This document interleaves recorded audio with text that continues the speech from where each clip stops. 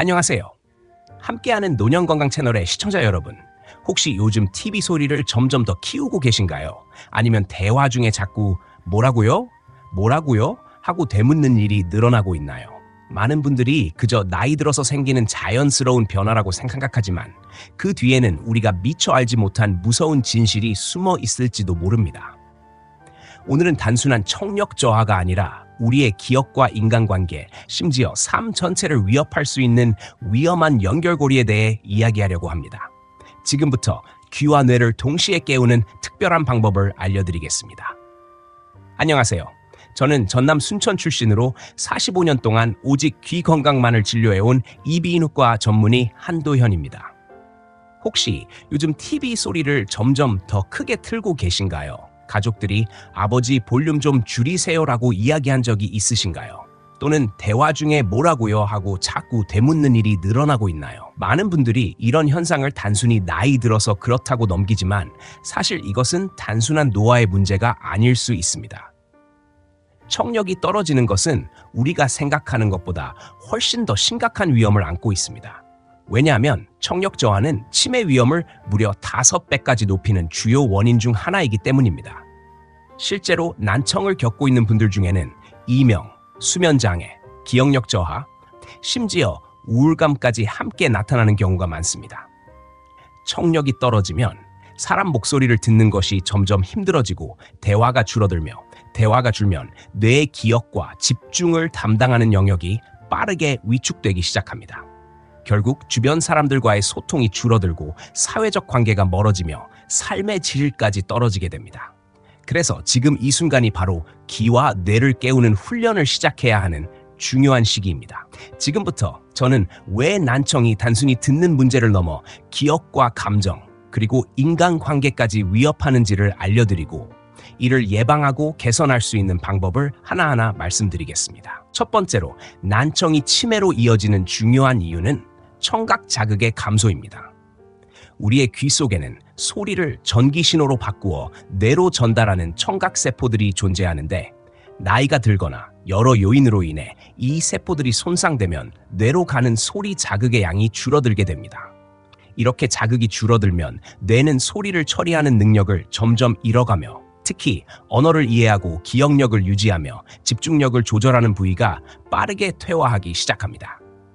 사람의 목소리를 명확하게 듣기 어려워지면 자연스럽게 대화의 빈도가 줄어들고 대화가 줄어들면 뇌가 새로운 정보를 받아들이고 저장하는 기회도 줄어들게 됩니다. 이 과정이 반복되면 기억력 저하가 가속화되고 사고의 민첩성까지 떨어져 치매 위험이 눈에 띄게 높아집니다.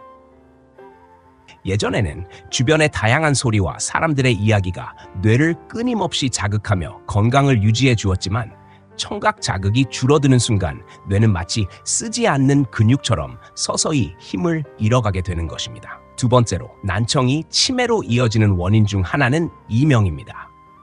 많은 사람들이 이명을 단순히 귀 속에서 소리가 나는 현상으로만 생각하지만 실제로는 뇌에서 과도한 신호 반응이 일어나면서 발생하는 경우가 많습니다. 귀가 손상되거나 청각세포가 제 기능을 하지 못하면 뇌는 부족한 소리를 메우기 위해 불필요한 전기 신호를 만들어내는데 이때 귀 안에서 윙윙거리는 소리나 삐소리가 들리게 됩니다. 이러한 이명이 지속되면 잠을 깊이 이루지 못하고 자주 깨게 되며 수면 부족으로 인한 피로와 스트레스가 점점 쌓입니다. 피로와 스트레스는 다시 뇌의 인지 기능을 약화시키고 집중력과 기억력을 떨어뜨려 악순환을 만들게 됩니다. 결국 이명은 단순한 불편함을 넘어 뇌 건강에 직접적인 부담을 주며 장기간 방치될 경우 인지 저하와 치매 발병 가능성을 높이는 위험 요인으로 작용하게 됩니다. 많은 사람들이 눈이 침침해지면 돋보기를 쓰고 시야가 약해지면 인공 수정체 수술을 하면서도 귀가 잘 들리지 않으면 그냥 나이 탓이라고 넘기곤 합니다. 그러나 이런 생각은 매우 위험합니다. 청력 역시 시력처럼 훈련과 관리로 어느 정도 회복하거나 유지할 수 있는 능력이 있습니다. 물론 젊었을 때처럼 완전히 되돌릴 수는 없지만 지금 남아있는 청력을 최대한 활용하도록 돕는 뇌 훈련은 충분히 가능합니다. 실제로 진료실에는 93세의 나이에도 보청기 없이 또렷하게 대화하는 분들이 계셨는데 그분들의 공통점은 매일 꾸준히 귀 열기 훈련을 해왔다는 것이었습니다. 이처럼 청력은 단순히 나이에 따라 포기해야 하는 능력이 아니라 적절한 방법과 습관을 통해 더 오래 유지하고 삶의 질을 지킬 수 있는 소중한 자산입니다. 그렇기 때문에 지금 당장이라도 귀와 뇌를 깨우는 훈련을 시작하는 것이 무엇보다 중요합니다. 첫 번째 훈련은 TV 볼륨 낮추기, 즉 눈으로 듣는 훈련입니다. 많은 분들이 평소 TV 소리를 25단계나 30단계 이상으로 높여두고 시청하는데 이렇게 큰 소리에 익숙해지면 작은 소리는 점점 더 잘 들리지 않게 되고 귀가 쉽게 피로해집니다. 그래서 이 훈련은 지금보다 딱 3단계만 볼륨을 줄이는 것부터 시작합니다. 그리고 화면 속 인물의 입모양, 표정, 손짓을 유심히 보며 무슨 말을 하는지 상상하고 해석하는 연습을 합니다. 처음에는 어색하고 집중이 잘 안 될 수 있지만 하루에 딱 10분만 시도해도 일주일 정도 지나면 이전보다 작은 소리로도 말이 또렷하게 들리기 시작합니다. 한 달 정도가 지나면 예전에는 28단계로 보던 분이 18단계, 심지어 15단계로도 불편함 없이 시청하는 경우가 많아집니다. 이는 단순히 귀가 좋아진 것이 아니라 말소리를 이해하고 해석하는 뇌의 능력이 회복된 것입니다. 실제로 진료실에 찾아온 김정희 할머니도 처음에는 TV 소리를 최대치로 해도 잘 안 들린다고 하셨지만 이 훈련을 3주간 꾸준히 하신 후에는 볼륨을 줄여도 귀가 덜 피곤하고 말소리가 잘 들린다고 기뻐하셨습니다. 이 훈련의 핵심은 듣는 것보다 이해하는 능력을 기르는 데 있으며 귀가 놓친 소리를 눈이 보완해주는 법을 배우는 과정입니다. 두 번째 훈련은 음악을 활용한 청각 훈련입니다. 음악은 귀에 가장 자연스럽고 넓은 주파수를 자극하며 특별한 장비나 장소 없이 누구나 쉽게 할 수 있다는 장점이 있습니다. 익숙하고 좋아하는 음악을 선택해 하루에 약 10분에서 20분 정도 조용히 들으면서 멜로디와 악기 소리에 집중합니다. 예를 들어 기타 소리인지, 북 소리인지, 피아노 소리인지 상상하며 구분하는 연습을 합니다. 가능하다면 짧은 소절을 작게 따라 부르면서 귀로 듣고 기억하고 입으로 표현하는 과정을 거칩니다. 이는 청각뿐만 아니라 기억력과 발화 능력까지 동시에 자극하는 훈련입니다. 실제로 건설 현장에서 30년 넘게 일하며 귀가 많이 지친 85세 장진수 어르신은 이 훈련을 몇 달간 실천한 뒤 고음과 저음을 훨씬 더 잘 구별하게 되었고 손주의 목소리도 더 또렷하게 들린다고 하셨습니다. 또한 음악을 들으며 따라 부르는 과정은 마음을 편안하게 하고 기분을 좋게 만들어 꾸준히 실천하기 쉽습니다. 중요한 것은 잘 부르려고 애쓰는 것이 아니라 귀를 쓰고 뇌를 깨우며 즐겁게 소리에 몰입하는 것입니다. 세 번째 훈련은 소음 속 대화 훈련입니다. 나이가 들면 조용한 곳에서는 대화가 가능하지만 식당이나 시장처럼 시끄러운 환경에서는 상대방의 말소리를 잘 구분하지 못하는 경우가 많습니다. 이 훈련은 TV나 라디오를 아주 작게 켜두어 배경 소음을 만든 상태에서 가족이나 지인과 짧은 대화를 나누는 방식으로 진행됩니다. 처음에는 오늘 날씨 참 좋네요.